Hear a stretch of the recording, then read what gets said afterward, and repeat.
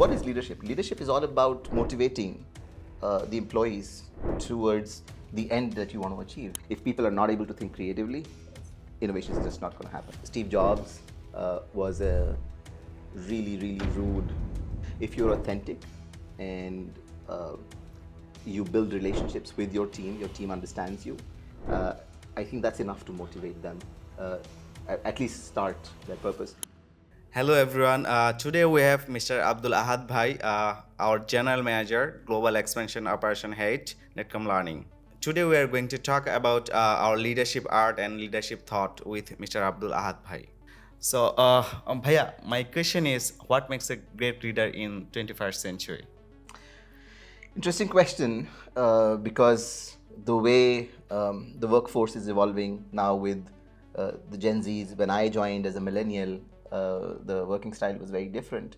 But at the core of it, I don't think leadership has changed, right? Because what is leadership? Leadership is all about motivating the employees towards the end that you want to achieve. And it's important to understand what motivates.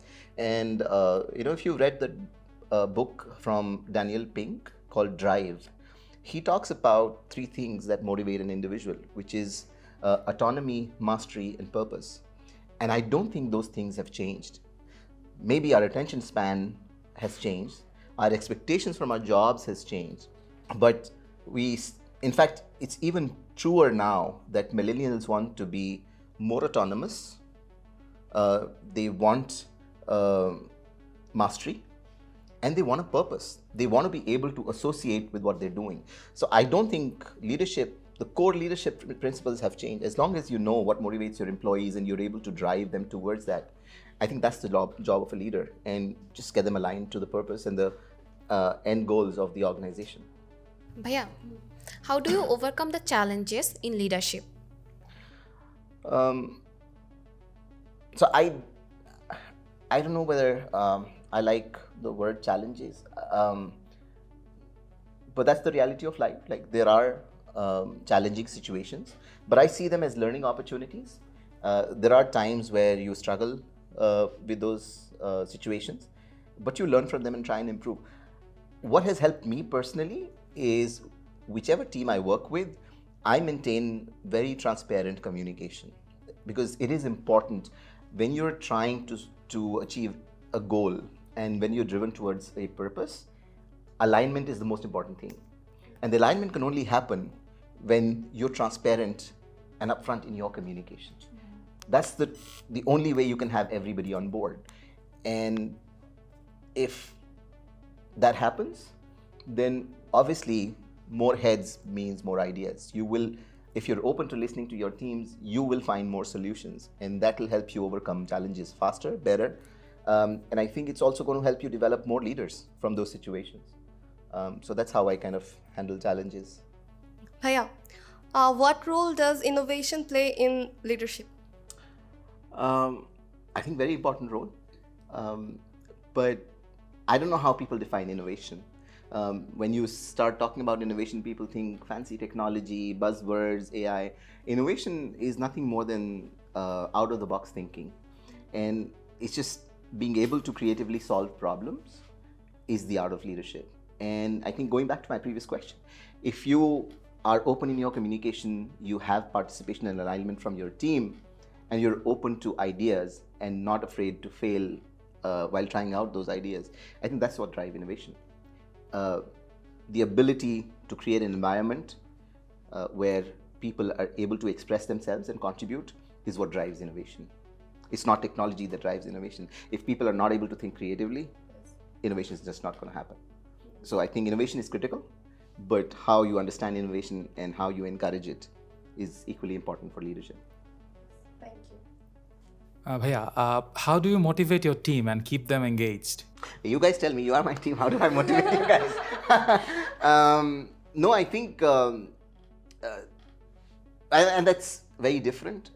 I don't think I'm the authority on leadership and different leadership styles to say what works. I think there are different kinds of leaders. Steve Jobs was a really rude and some people even call him an a-hole kind of leader, yet he motivated and his team to build amazing products. It worked in Apple, it worked for Steve Jobs, but it may not work for everyone. I think your authenticity of leadership is important when it comes to motivating people.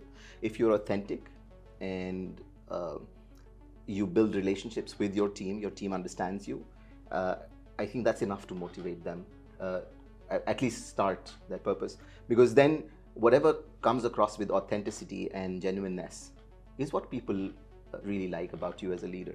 And I think that's what's critical, that you're not trying to be someone that you're not. Right? Don't try and emulate other leaders just because it worked for them. And understand your team, build relationship. I think going back to the previous few questions is just have proper communication with everyone. If they know what we're trying to achieve, and in trying to achieve that goal, there are going to be ups and downs, there are going to be frustrations. Sometimes I might lose my hat and be angry. At other times I can be ruthless. And other times I may even be demotivated myself, which shouldn't happen with a leader. And that's where I need my team's support. So I think motivation is a very mutual thing, and a give and take in the team. And I think building that environment is how you drive motivation. So, Bhaiya, what advice do you have for young professionals who are aspiring to lead? Anybody who's aspiring to lead, I think the first thing that they need to practice is self-leadership. If you can't lead yourself, you can't lead others. Okay? That's the first principle.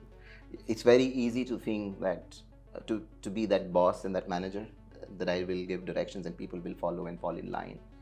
And they may do so out of compulsion because their job may be at risk, their salary may be at risk, right? Their promotion may be at risk, so they have no choice but to follow you. But will they be productive? I don't think so. So as a leader, if you can't practice self-leadership, it's very difficult to then get people to look up to you and say, I want to be like this person. Which is why if you ever want to become a leader, start with yourself. Right? Become a self-leader, and then pick the best of leadership traits from others, but only choose ones that work for you.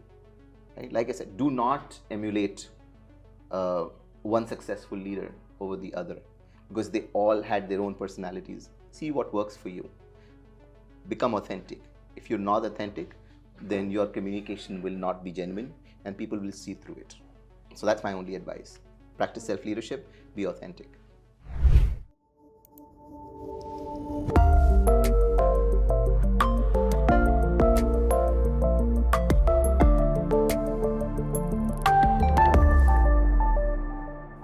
Be a lifelong learner.